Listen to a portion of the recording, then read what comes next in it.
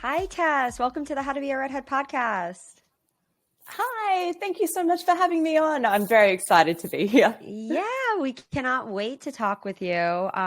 So we want to get right into it. And a question we like to ask all of our guests who are redheads, what was it like for you personally growing up with red hair? In Australia. Yeah, in Australia. And tell us where in Australia. So I grew up in a place called the Gold Coast, which is super notorious for being beach-centric, having lots of people with tan skin who love going to the beach. So growing up for me, I definitely stuck out. But luckily enough, I had a sister who also had red hair. So I'm sure you guys feel exactly the same. Having a sister who has such a shared experience with you is the biggest blessing. So for my sister and I, we were super close in age growing up. And I feel like that bonded us in a way that I feel like that people wouldn't necessarily understand unless you have this shared experience with your sister. Right. And it made our family unit really strong. It made our childhood really strong. I feel like my parents instilled in us how important sun safety was from such a young age. And without that support network, I feel like I would have had a very different experience than the one that I did, which was great. Yeah. That's so important, is to educate. I think when you're little, if your parents can share with you the importance of sun safety, especially being a redhead, because, you know, we talked about this on our podcast numerous times, but for Adrian and I remember personally too, the worst sunburn that I ever got. It was out in California, and I'll never forget that. And then I'm so thankful though, after that, I remember, you know, I don't remember a bad sunburn after that, Adrian. I think we were like 8 and 10, maybe a little bit older. Yeah. So, but it just wasn't so common back, you know, when we were growing up as it is right now. So yes, I love that you share that. And especially having a bond with your sister who is a redhead. That probably, you know, as you said, made such a difference with you loving your red hair. So, yeah, we love that. And we know you started modeling at the age of 17 and were crowned, which is amazing, Miss World Australia at 24 years old. You were the first natural redhead to be crowned Miss World Australia. So tell us about that. What was that experience like? Yeah, such a wild experience. Growing up, I feel like I'm sure you had a lot of comments like this as well. But growing up, people always used to, you know, make remarks. Let me cast you in this TV show. Let me do something with you. Having red hair, it just kind of makes you stand out. And so from a young age, I feel like there was always opportunities to go into some type of media industry. And I started modeling when I was pretty young. I feel like my first modeling job was maybe when I was 12 or 13. And then I progressively kind of started doing more and more throughout Australia. And I got my first international contract when I was 17, and I moved overseas to Japan. I lived in Japan for a while, which is truly amazing.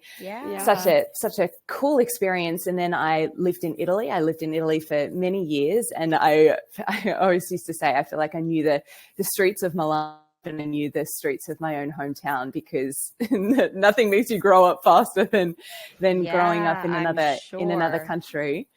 Wow. And yeah, it was crazy. And being in the media industry, I feel like having red hair, people either cast you or they don't. They're either looking exactly for you or they're not. And so everyone has heard about how hard a casting process is, or how hard the modeling industry is. And to be fair, I often say to people that any experience that you think, has this happened or is this a possibility? The answer is probably yes.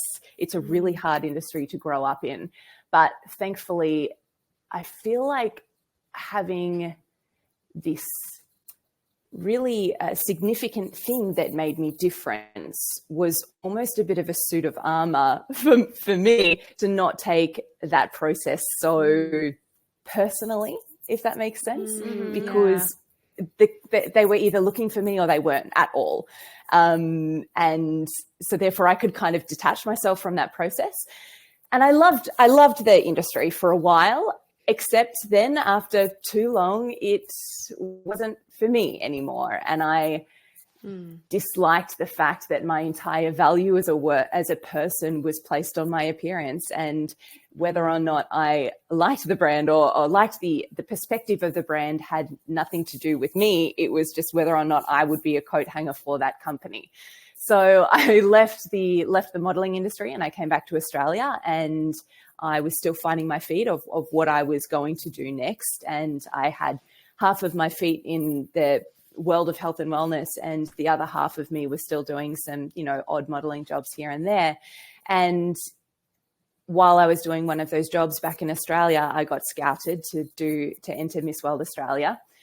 And I did not want to do it at all. It was something that I was so hesitant to do because it took so much of me to leave this media industry. And I was so proud of the fact that I had essentially left this industry. And then I was offered this huge opportunity that I knew would then suck me back into this world that I wasn't too sure that I wanted to be a part of anymore.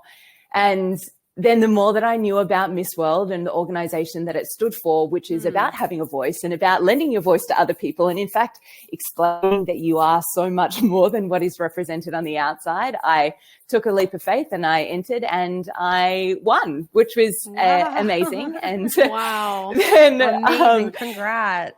Yeah, thank you. It's something that I feel really proud of, for the fact that it wasn't based on what I looked like. It was based on who I was as a person and my voice and my message. And so that was a truly a wild experience, and something that I'm super thankful for. Wow. I have so many questions, just hearing you talk about all of this. Okay. So you grow up in Australia, just to recap. So you grow up in Australia. I first wanted to know, what is the age difference between you and your sister? She's 2 years older than me. Okay. That's like us. Adrian and I. Yeah. We're 2 years. Okay. So she's 2 years older. That's awesome. So this whole time, is she modeling too? Or are you guys doing different things? And I was wondering if she was kind of a soundboard for you, or vice versa, in terms of maybe the hardship. To this day, she is my diary. I do not know where I would be without her. And I absolutely, more than a soundboard, she is, I feel like she is a part of my human. And I know that she feels the same as well. So yeah, but she was not at all a part of the modeling industry. She is she's very analytical. She studied law and psychology, and now she is the buyer of a bookstore, and we are on different paths, but still so, she's my best friend. Absolutely. Oh, that's so nice. And so I was wondering too, we've interviewed a handful of people from Australia, and thank you for our listeners who are listening right now and watching. She's 10:30 p.m. and we are 8:30 a.m. So we are on different parts of the world, which is so cool. But we always hear from people who we interview from Australia about the hardships with bullying. They have Ranger, and they have all these names. And I was wondering if you and your sister experienced that growing up, or maybe not. Maybe you had a different experience. Yeah, definitely. So I was actually wondering if you have this term in America. It's Ranger, which is short for orangutan. I know. Yes. No. We hear it. We hear it from guests. Yeah. Sorry, I was going to say the first time we ever heard of it was a follower, I think, of ours years ago when we started How to Be a Redhead, from Australia. And I remember Googling it, and I don't remember if Urban Dictionary came up or some website to tell me what it was. But no, in the US, we get redheads get more ginger, carrot top, jokes like that, but not it's Ranga, not Ranger. Yeah, Ranger. And Ranga. obviously with my Australian accent, it sounds so much worse. Yeah. But man, this word just swept through Australia, and people would scream it at the top of their lungs and make it into a sport. I think that it was made really popular from this TV show called Summer Heights High, which is an Australian comedian, and anyway, it was this whole skit, and it's kind of similar to South Park. You know how once South Park was really an important point for us gingers. In Australia, Summer Heights High was for rangers as well, and it's not it's definitely a derogatory term. It's not like ginger I find quite nice, whereas ranger is like, whoa, offensive. Really? So do you think people are still using it now, or was it just sure? Yeah, still now, but not as much. And I actually feel like there are more people. When I was growing up, I didn't know anyone else that had red hair apart from my sister. It was truly, I didn't know anyone else on the Gold Coast. I didn't know anyone else. And now I feel like the prevalence of red hair is a lot more. I feel like there are more people with red hair. And so therefore it has diluted people's need to say something unkind.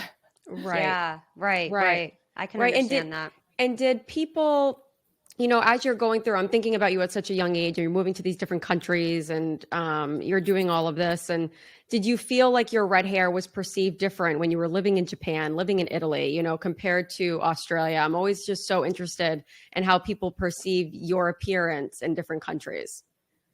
Great question. And absolutely, yes. So in Japan, Japanese people are some of the kindest people you will ever meet in your life. And I remember walking through the street and having people, take photos, and they want to touch your skin and take photos with your hair, because it's something that they revere and something that they really, really love. And in Australia, that is not necessarily the case. In Italy, it's interesting because I would describe countries as markets, as whether or not I have worked well in this market or not.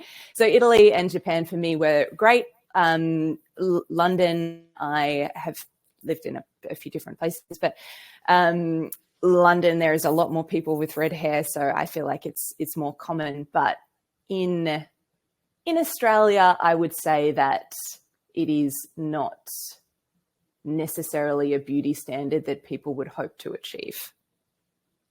Oh, wow. That's so honest. Which is hard. Yeah. And did you always love your red hair? I think Stephanie and I both have different journeys growing up as sisters, but I'm always interested to know if you always loved your red hair, if you wanted to dye it to maybe meet those beauty standards in Australia.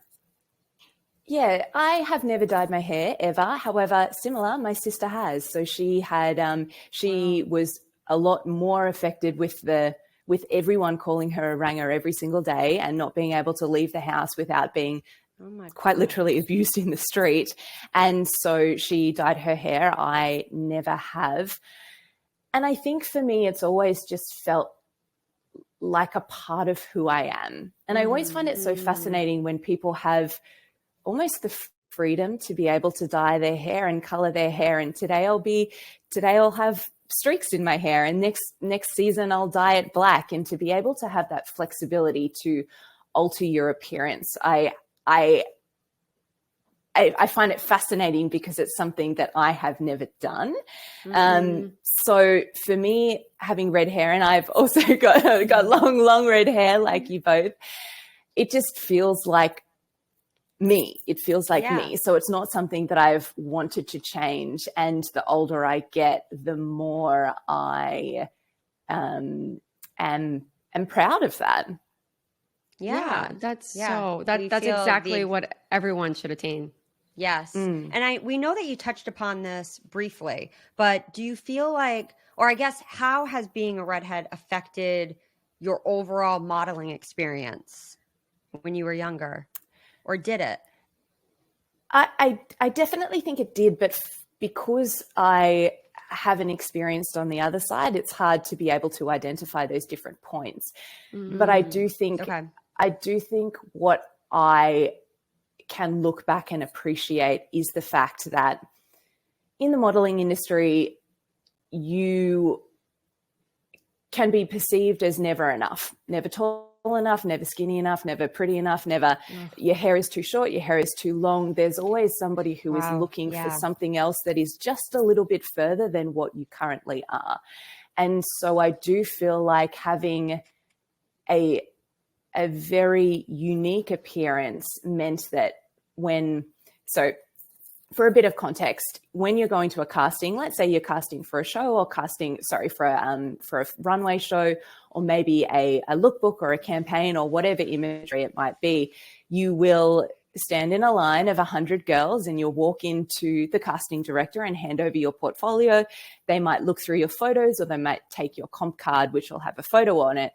And sometimes you will wait in line for an hour and you will get to the front of the line and hand over your portfolio to the casting director, and they will say, "Thanks so much, you're not what we're looking for." And other times they might look through your book, they might ask you to try things on.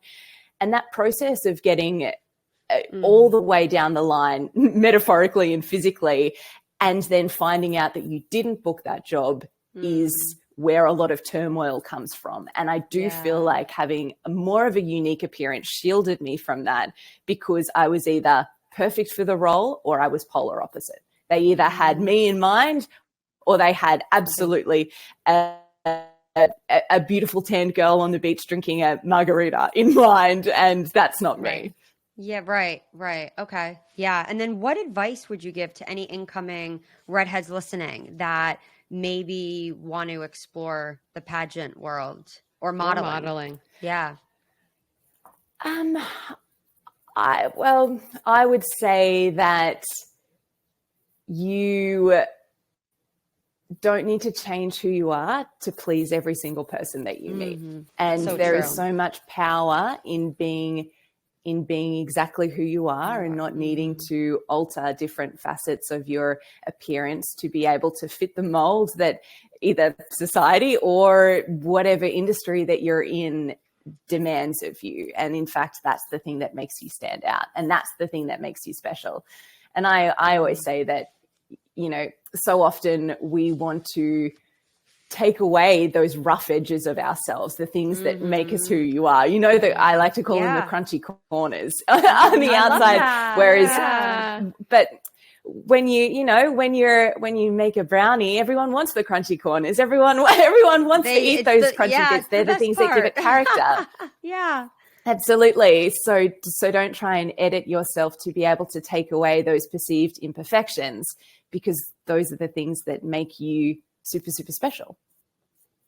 I absolutely love that. That couldn't have been more well said. I was wondering too, when you became Miss World Australia, did they recognize you as the first natural redhead to be crowned in that role? Or was it kind of just like, oh, they didn't really recognize that? They didn't really recognize it, but my people certainly did. It's funny, my partner, he always says, if when you're walking on the street and you pass a redhead and you give them a nod, it's the redhead nod. It's the I see you, you see me. We are in this together. And that is so true. Yep. It's this kinship, it's this connection. And so I think what being, essentially Miss World, Miss Universe, they are on the outside beauty pageants, even though on the inside they are a lot more than that. But from the outside, they are a beauty pageant. And so to see somebody who was crowned in this beauty industry as being the ideal that had red hair was really powerful. And it's something that I'm really proud of. And you should be. I think that's so amazing. So you've hosted, modeled, presented. What would you say has been your favorite career moment? So in Miss World, you then go on to compete at the international pageant and international organization. And for me, mine was in a place called Sanya in China, and you spend more than a month there. And while you're there, you're pretty much only referred to, there's 140 other countries that are there. And while you're there, you're only referred to as your country. So for that entire, 6 weeks, I was Australia. And was a huge part of my career. I was super lucky. I did quite well at the international organization. And so that would for sure have to be a career highlight. I have worked with Vogue Bridal was amazing, incredible, like a real pinch me moment. I just did a that jump. Is a pinch me moment. Oh gosh, I mean, stop, right? Like just incredible. And I just recently did a job for Disney, which was amazing. I grew up as a Disney princess gal, so to be able to work with Disney was really special. That's wonderful. And since retiring the crown, you've been making waves in the health and wellness industry. We know you completed the Pinnacle Half Marathon, which is amazing, at Mount Wellington. And you have a big project on the horizon. So tell us about your 12-minute Pilates classes that you'll be launching soon. Or I guess backing up too, after that kind of leads into after Miss World Australia, and then the 6 weeks that you said with international, then where did that take you in life to then do what we're referring to with the Pilates? Yeah. So the journey of a Miss World is a year experience. So that year was very busy for me. But throughout the background of my last 15 years, I've worked in the health and wellness industry, and I got started essentially in this after I came back from living overseas, living in Italy, and I was lucky enough to meet girls from all over the world, and you'd look at these girls and go, you know, how do your chromosomes line up so perfectly? You are so beautiful. I can't believe that you are actually real life. And yet they had as all of us do in the modeling industry in some way or another, have not a great relationship with their body and their brain. And so a couple of years ago, I would have said that I was speaking about people, but now I can realize that I'm actually also talking about myself in that moment. And so when I came back to Australia, I really wanted to be a part of a change, and I wanted to be a part of something that made people feel better about themselves rather than making people feel worse about themselves. And so the best way that I knew how to do that was through the empowerment of health and wellness. And so I became a PT and was working with people in a PT capacity for a few years. And then I moved into corporate health and wellness, where I would go into corporate buildings, and we might do a Pilates seminar, or we might do a session, or it might just be a workshop and all things inner and outer body. And so that has been my I always joke and laugh and say that every single day I swap between runners and high heels, and it gets changed in the car a lot. Swapping between these two, swapping between these two parts of me. And so I am very soon to be launching. It's called Project 12, and it's 12-minute Pilates videos. So on demand videos that you can do anywhere, anytime, no equipment needed. And I wanted to do something that felt really accessible for people. I mean, we've all looked at an hour workout and said, sorry, when am I going to fit that in? I don't have the time to fit that in my day. It's so or true. Even 12 minutes is so great with no equipment. I mean, those are like two bonuses in my book. Yeah. Something that is really important to me is I feel like we always want to pigeonhole ourselves into one thing, and I am the antithesis of that. I want to do everything. I want to multifaceted for me is a huge part of what I believe is an amazing thing. We should be able to, I want to craft. I want to be able to do something. I want to be able to run a company and walk on a runway at nighttime. And so to be able to create a pocket of time in people's day where they feel like they can do everything and leave feeling a little bit more empowered and resilient and with a nice sweat on at the same time sounds pretty good. Redheads, have you heard? We aired on ABC's Shark Tank, episode 14, season 15. We are busy developing products and continuing to grow this incredible Redhead lifestyle brand. Check out our mascara and eyebrow products in red hot shades, hair care, merch, lifestyle items, and so much more. Redheads, we can now rejoice. Finally, there are products for us. Use code podcast to get 15% off your next purchase. Shop at shop.howtobearedhead.com. Now that I'm listening to you talk too, you know, our dad was in treatment in December and January, and I have to find her, but I really watched this one Australian woman, and she was for 50 plus. Was she blonde? Did she have blonde hair? She had blonde hair. She was only for 50 plus.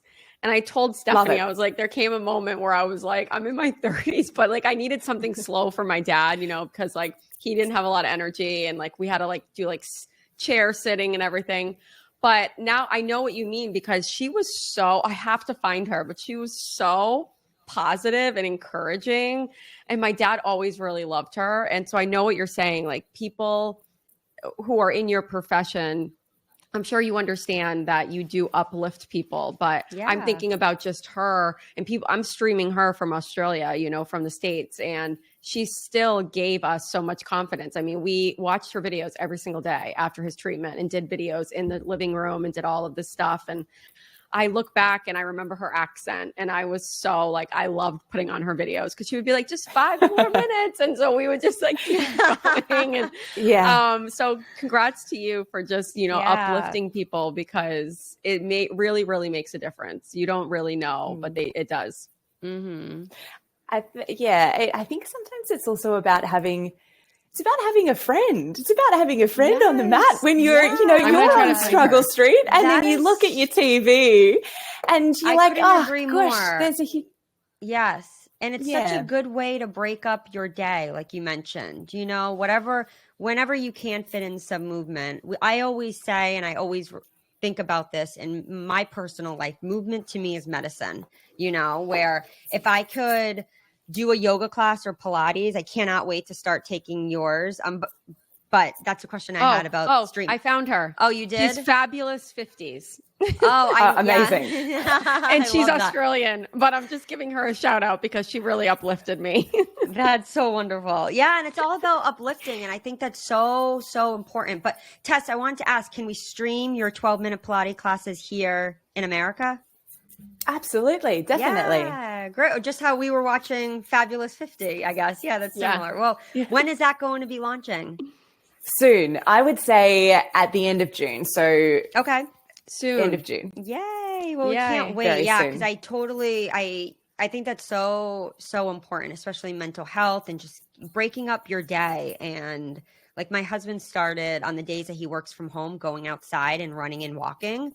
And I think that's just so important. If you are at a desk, for example, like he is in his situation, getting out, just moving, you know, you don't have to like break a sweat and count your calories and like have the Apple Watch. You can just go outside with nature and walk, you know, whether it's 15 minutes or if you do have an hour. But I love the 12 minutes, like we said, because not everyone has an hour. And I love that you can just move. It takes the pressure off.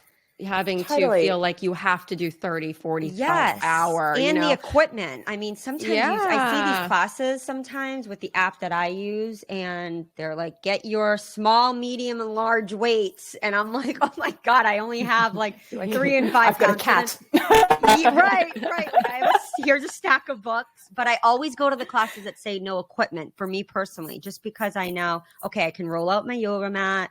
And occasionally it will say like have a towel nearby, which everyone has a towel. So, but yes, I think it's great. I think sometimes it's also about unlearning the rules that we've implemented for ourselves over the last 15 years of being an adult and going, hey, maybe I don't have to exercise for 45 minutes, and maybe exercise still counts if I don't break a sweat or whatever it might be. Exactly as you say, walking outside, what a dream. That's perfect. I know that is so true. And we wanted to, and this is a subject that's closer to me, I feel like, but all of us as women, to jump gears a little bit. But we don't know if you know that there was an actual study done that suggested that there was an association between natural red hair and the development of endometriosis. That's fascinating. We weren't sure if you knew about it, Tess, but yeah, there was by statistical analysis, 95% confidence intervals for the presence of endometriosis in redheads was 55% to 100% versus 34% to 51% for non-redheads. So we were wondering if you knew about this. I didn't know, and that is crazy.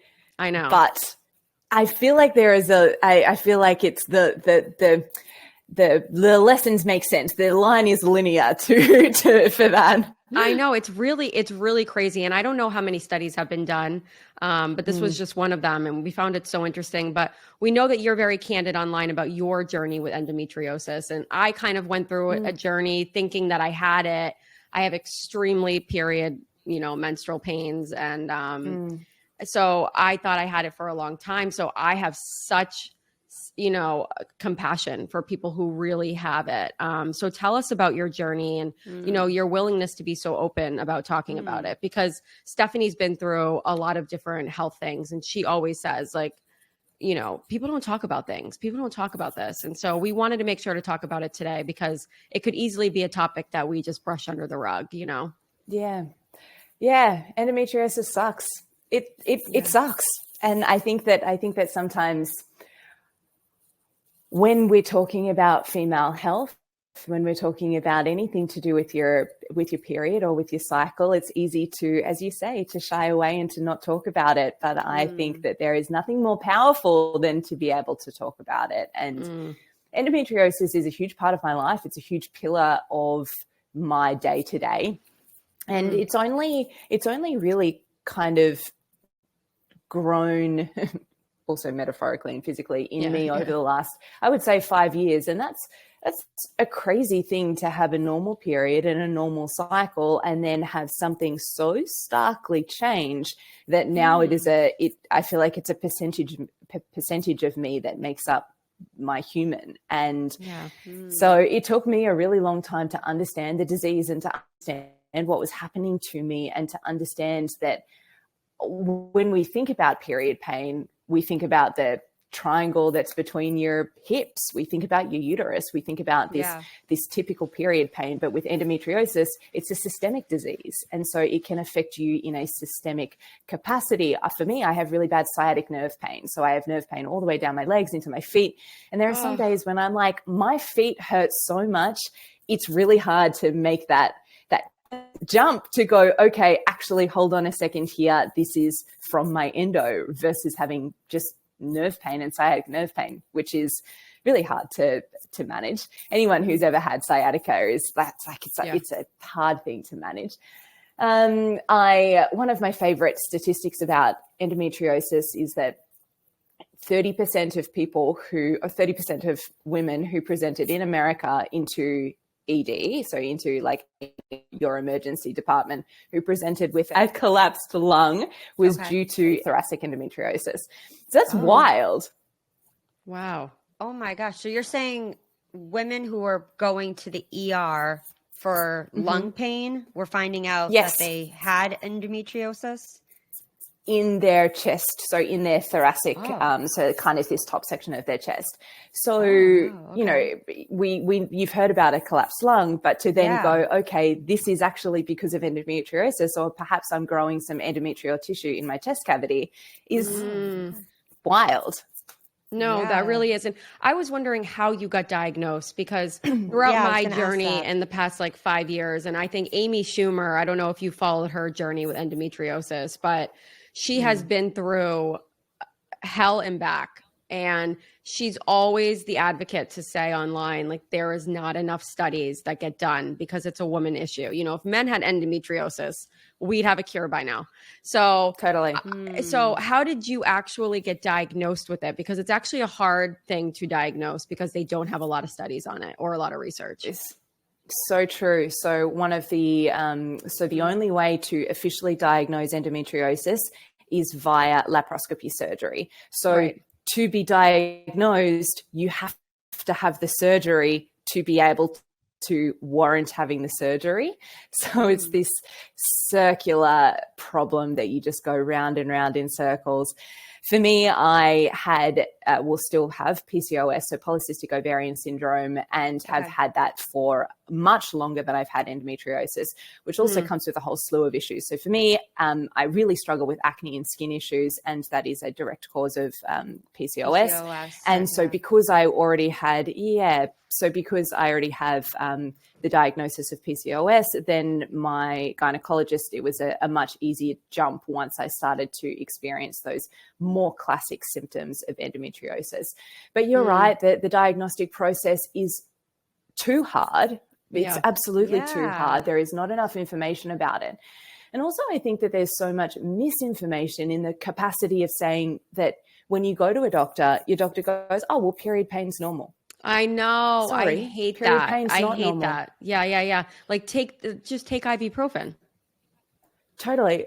Being drugged up to your eyeballs with ibuprofen is not normal, or having to have days off school or work or uni is not normal. And if you're going to a medical, professional who's not necessarily giving you the time and care that you need, go to someone else, and you deserve to be seen.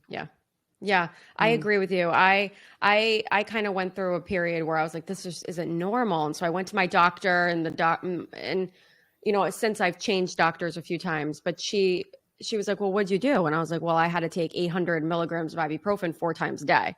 And she was like, well, great. I remember her being like, well, great. Congrats. Like, you figured it out. And I was cracked the code about I just popping too much ibuprofen. I mean, it's too much ibuprofen to be taking, and I'm aware of that. So that's why I'm here. And her thing was like, well, you kind of cracked the code.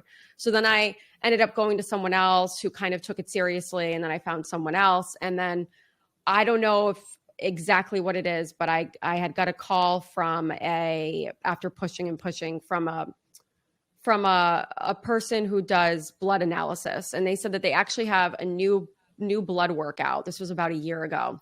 You can get blood work done, and it does measure if you have endometriosis. It's not perfect. It's not perfect, but it'll tell you if you have endometriosis. So I did get the blood work. Of course, I had to pay out of pocket for it. It was like $500, but I did it. And they said that I don't have it. And then just recently I got a body scan, and it's so cool. They tell you all about your different lining of your uterus, but I'm still on a hunt to know why I have such bad pain. But I feel, like I said, so much compassion for people who have it, because I understand maybe just a smidget of the pain that you must experience. Yeah. And go ahead.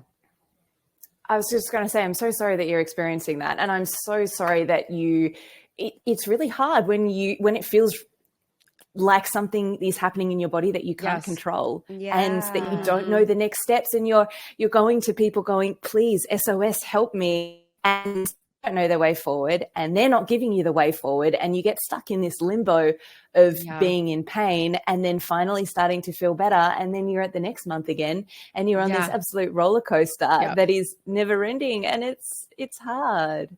It's so hard. And I know you briefly talked about how it affects your skin. We love that you've posted about your skin and what normal skin actually looks like. I actually love, like, just recently with like the Met Gala, they showed like what the skin looked like of like so many people who were walking the runway, like all the celebrities. Oh, I didn't see that. They showed like J-Lo, and they showed like what her actual skin looked like before Photoshop, and Kim Kardashian, what it looked like before. And it was so reassuring that like they're not perfect all real. Either. Yeah, like they obviously are photoshopping all their photos, and Vogue is doing it too, or whoever is posting about them. But you said in a video that I can't tell you what products to use. I love this. Or what routine to follow, but I can remind you that you're not alone in your skin troubles, and it doesn't have to define you. So what advice would you give others who are growing to love their skin no matter what it looks like? Yeah. So skin real and also. I could talk about skin until the cows come home. So can Adrian and I. Yeah. And also, especially being pale, right? So there's nothing to mask your red marks. It is red. Skin, what a time. I think we live in the age of social media where you can post a photo and you can pop a filter on it and you can make it look flawless, and you see this again and again on your scrolls, and I feel like sometimes I'm watching people's stories or I'm watching people's photos on social media, and with every scroll I feel worse and worse and worse about myself. And it happens often, and I get to this point and I throw my phone and I go, hold on a second here, that's not real life. Yeah. People don't actually look like that, and that's okay. Yeah. So how do we bring back into this center? And so for me, as I said, I don't know what products to use. I can't tell people what advice to take, because I am still in the middle of my own skin journey. And I think I got to this point where I have, I don't know if you're the same, but I have folders and folders of what I think my before photos are, my before face. This is the worst my face could ever look, so I'm going to take a photo of it, and this will be my ground zero where I will then hopefully get better from, and my skin will be clearer of. Until the point that I had 50 photos in my before folder, and none in my after, and I was just in this cycle of not being able to find something that was working, and not being able to, was it hormonal? Was it autoimmune? Was I allergic to my pillowcase? Is it the skincare that I'm using? Whatever it might be. Your water. I mean, it could be X, Y, Z. Gosh. Can go on and on. Yeah. Totally. The myriad of things that can either make your skin break out or become red. And so I thought, hold on a second here. If I feel like this, of course, so many other people do. So let's stop glamorizing this before and after, or I was from this is how bad I was, and now I'm at this point and this is how I did it. Let's celebrate that middle section where shit, and I don't know how to get better, but hey, I'm right here with you. And so to be able to create a space where people don't feel so alone in a journey that can feel really isolating is really important to me. Oh, that's amazing. I mean, I feel like, I suffered from acne growing up too. And it can be really damaging to your self-esteem. Yeah, it really can. It can be. So that's wonderful. I love that you said that I can't tell you what products to use, but just to know that you are there to make people feel like they're not alone, I think is the most powerful thing. Yeah. That's so cool. I always say if anyone ever wants to talk about skin, my DMs are always open. I've probably been there, tried it, done again. Let's talk about it. Because I have sat up for hours at nighttime Googling stuff. You go down this absolute hole of maybe if I tried this, or maybe if I tried this, or maybe this product is the answer. And it just, you get deeper and deeper, and you lose perspective on what is reality. Mm-hmm. And so having the opportunity to just talk to someone and go, hey, where are you at? Great. Let's have a really, really frank and honest chat. Amazing. That to me is therapy. That's cathartic. Where are you now on your skin journey? Because your skin does look great. Yeah, it does. It's the light. So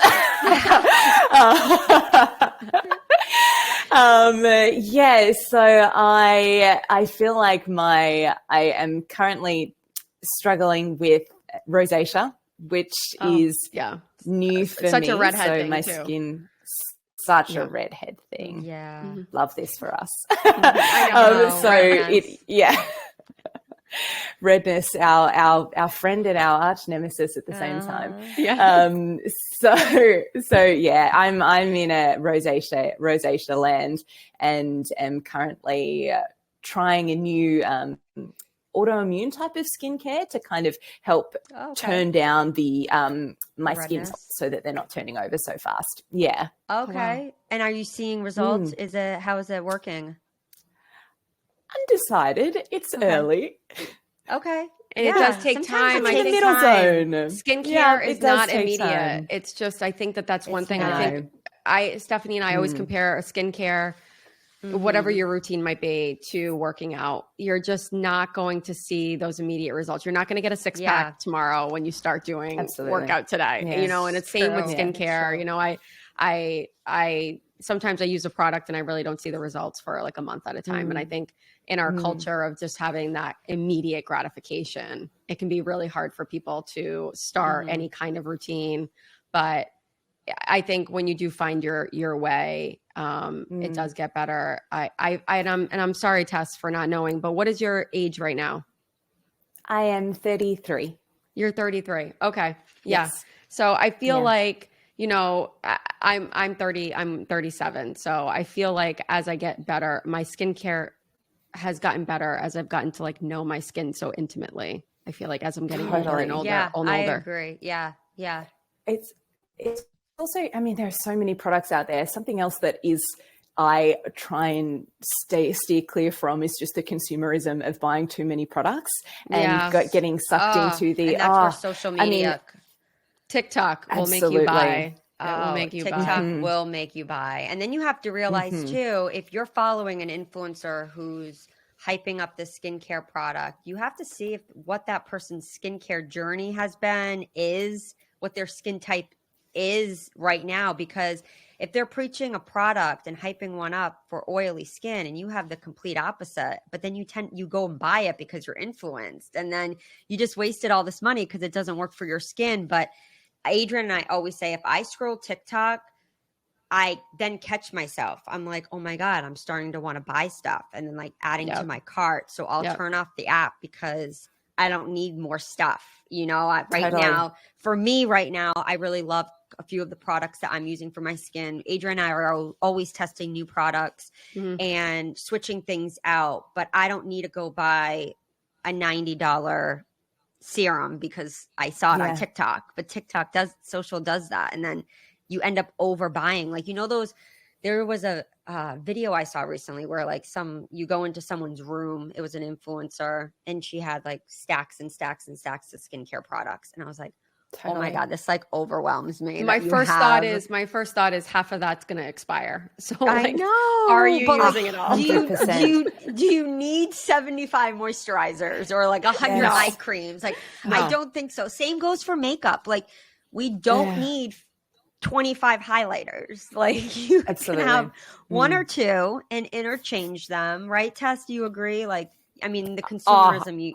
I am very much. I am a very simple makeup gal. I like what I like, and the skincare products that I have, I like what I like. I actually remember seeing this girl on TikTok. You know those beds that are fold-up beds where you can lift up the mattress from the base and there's storage underneath? Yeah. And this girl had, I kid you not, thousands of products under her bed of every brand that you could ever think of. And I agree. The first thing that I thought is, I'm like, these things are going to go off. They're going to expire.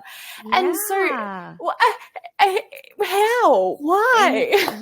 And your skin doesn't like a new product every day. Like if that influencer or whoever it was like trying a different moisturizer every day, all the ingredients in that versus like a new one, it's just not good for your skin. So totally. So I think it's just, you know, I think we also have to realize that people do things just for the views. Yeah. You know, definitely. Yeah. So who really knows what's real? I feel like you don't know how many times I've traveled to a new country, a new place. I saw something. I'm like, oh my God, they said on Instagram, it's the best. And then I go and I'm like, this stinks, you know? And I realized they just made that video to get likes. They didn't even really like it. Yeah. They used to catch the title. To get the clicks and the views. Yeah, I know. So Tess, for our last question, we wanted to end it with an empowering question because we find you to be so confidence boosting and inspiring. So we wanted to ask you, and I think everyone should ask themselves this question. And if time allows, maybe Stephanie and I will answer it as well. But we wanted to ask you, what is your favorite quality about yourself? Oh, tough question. It actually is. That is a tough question. It actually is. I have spent a lot of my life and a lot of my formative years by myself, traveling or getting to know myself in good situations, in bad situations, in hard situations. I also run essentially two different businesses, and running a business is hard. Business is hard. Work is hard.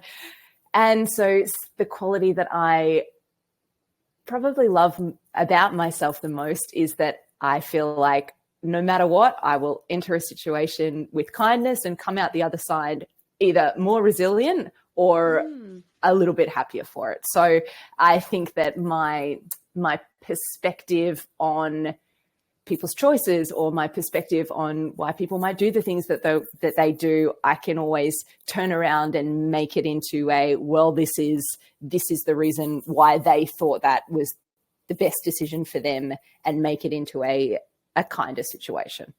I love that. I think that's great. Turning everything into a positive can be very challenging, especially when it's not a positive situation. So just kudos to you, and just thank you for joining us. And I'm sure it's almost midnight where you are. So thank you. Thank you so much. Thank you so much for having me on. What an honor to be able to talk about the nuances of red hair. And it's something that the people who know, and the people who don't know, I hope that they can, they're getting educated. Gain some. Absolutely. Yeah. Yes. Thank you so much, Tess, for your time. What an honor. Thanks, guys. Appreciate it.